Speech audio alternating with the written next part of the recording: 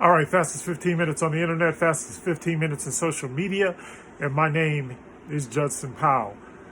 Hit the like button, subscribe button, notification button, hit all the buttons, but most of all, as usual, hit that love button. All right, I want to talk some more about Messianic voices. I'm trying to make sure I pronounce it right. I had a couple people come in my inbox and tell me I'm telling you, my throat chakra and my solar plexus chakra are like clogged up. So y'all have to excuse me. I'm trying to do things. I'm taking measures to try to loosen them up. I've been meditating and listening to some other music, some different types of music in order to try to get me on the same vibration.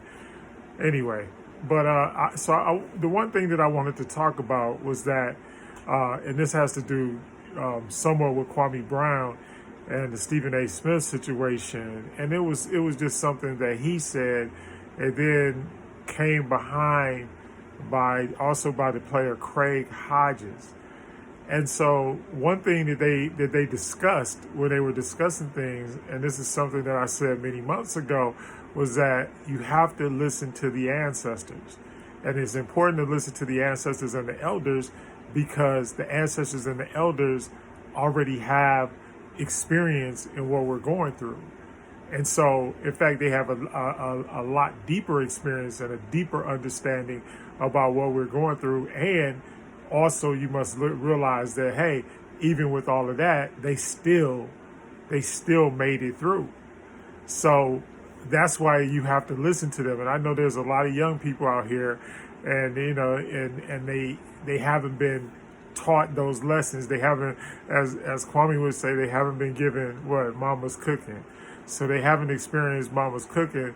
Maybe mama didn't know, maybe grandmama didn't know, whatever, but somehow there are people that have fallen through the cracks. And so that's kind of, it's imperative that we listen to the elders and that we listen to the ancestors. And then, like I didn't even realize, my wife, my parents are both on the other side, and my parents are both in the universe and traveling through the universe, and I'm just like, wow, and so I'm like, I'm the elder. I'm the elder. Well, if you want to do it in a patriarchal manner, then in the Powells, I'm the eldest. So all of a sudden, here I am. I'm an elder, right? Not wanting to be an elder. I wish my mother and father were here. I have spoken to them in my other states of consciousness. So, and I know and that's why I don't really talk to a lot of people or say stuff to a lot of people. Why? Because a lot of people are so full of negativity that they'll just strike you down for whatever reason, but, people sit up there, they mourn and all this kind of stuff. And I go along with them because, I don't want them, I want to be a loving, joyful person and don't want them to experience any pain or heartache or anything like that. And so I wish everyone comfort and peace and joy and all that, and balance. And the other thing is in balance within their soul.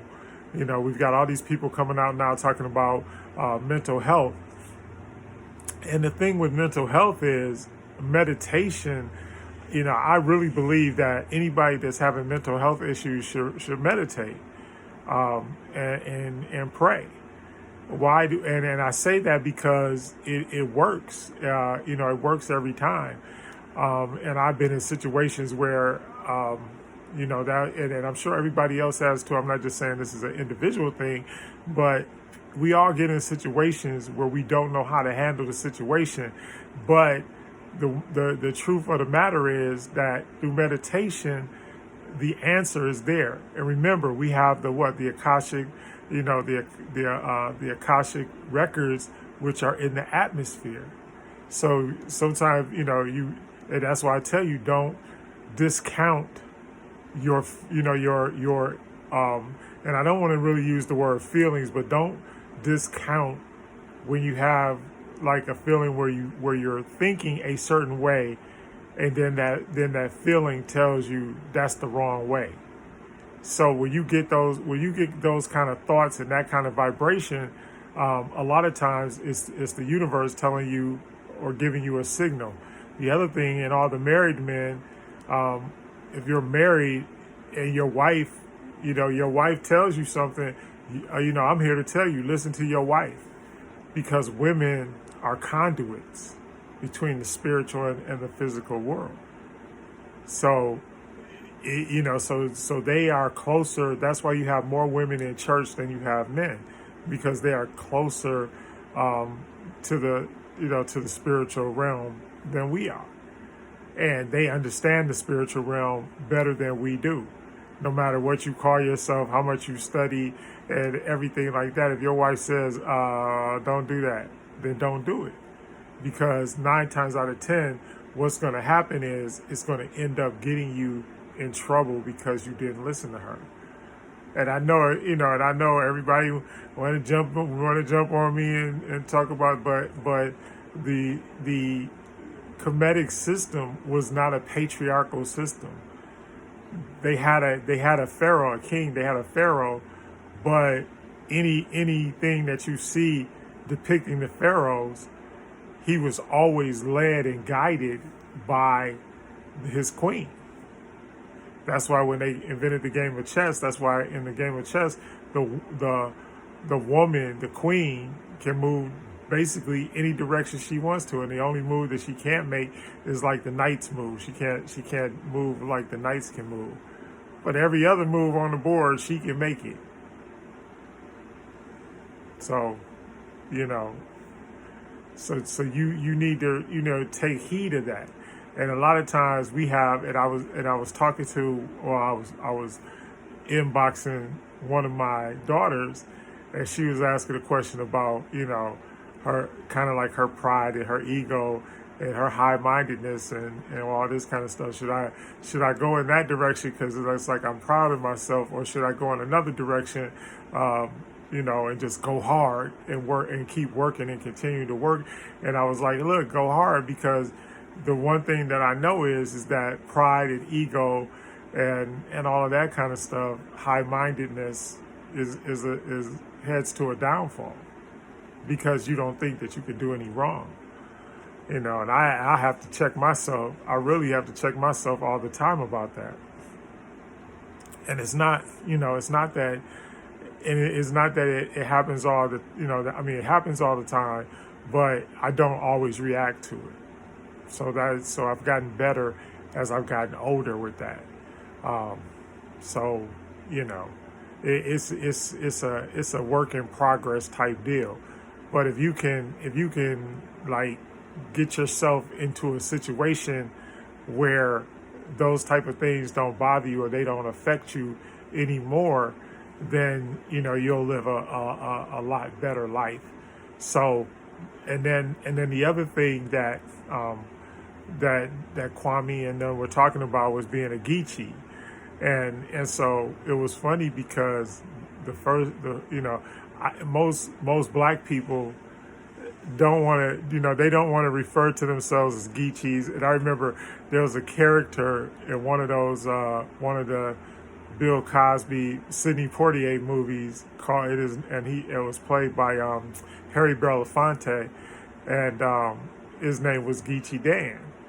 And so he would, but he was proud to be a Gichi.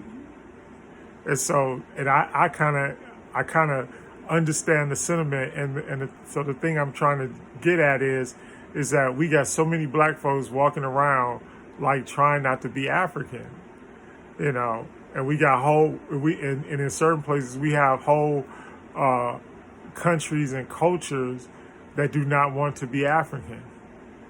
And no matter what, and then we got white folks, like I guess they dug up this skull a couple of days ago, and they tried to say they're digging up that skull, which was around 700,000 years old, but what they don't realize is that the two oldest sets of human remains were millions of years old. so it's like, it's basically like, okay, so y'all found something that was like, I found something yesterday, but my friend found something that was a lot older or whatever. And so we have to realize, that, and that's the continued whitewashing. So we have to realize that it's the continued whitewashing, and because they were highly upset when National Geographic agreed with the minister Elijah Muhammad, and when the master Elijah Muhammad. So, and that's the other thing, we got to start calling people what they are. That's one of the effects of slavery. Remember, because there was a time when people, just like my son's name is Justice, right, and naming him basically after one of my relatives, but also the fact of during that time, black people named their kids like governor and, names like that, so that people would have to respect them because that was their name.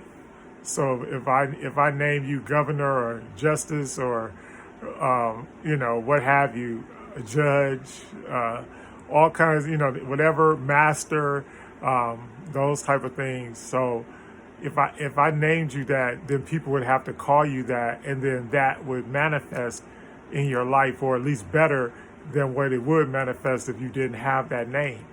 So, and there's a lot in the name, because people always ask me, they're like, well, why didn't you get an attribute? Well, I have an African attribute, but I don't use it. And they say, why don't you use it? I say, well, because of the fact that I am very proud of my father and my grandfather.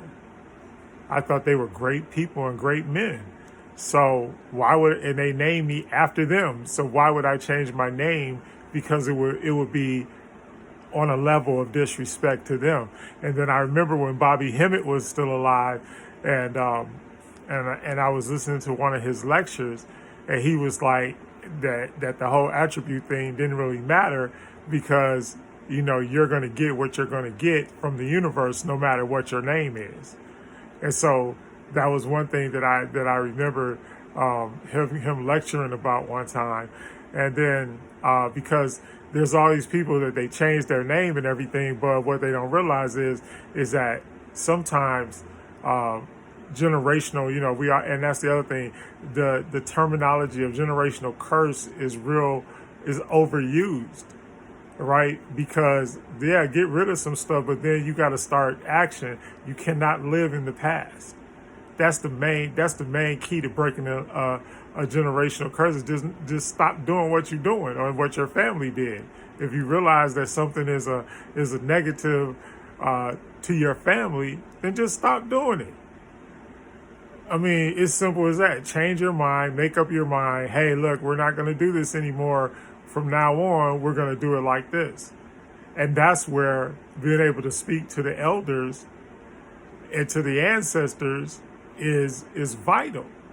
You realize, like, a lot of these old people walking around, they don't want nothing to do with us because we're not nice to them. Because we make fun of them, or we talk about them, or we cast them aside or whatever. We got the only culture where people throw people when they get old, throw them in the nursing homes and forget about them and wait for them to die and then give them a funeral and throw them in the ground. That's what we do, but that's ridiculous because what's the one African proverb says that when a man dies, a whole library dies.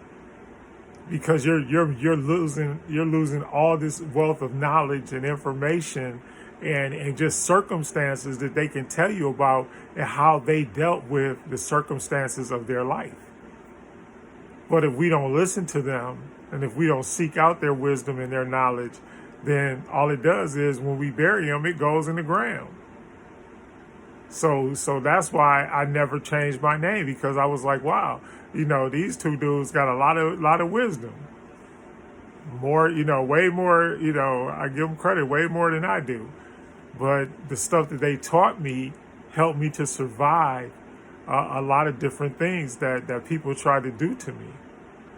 And so, and I realized that people were there were people here, like Drake said, I got N-words trying to end me. So anyway, that's enough fast 15 minutes is up. Hit the like button, hit the subscribe button, hit the love button, but most of all, hit all the buttons. I forgot what I was gonna say because I was thinking about Drake. I should, my son listens to Drake all the time. Anyway, love you.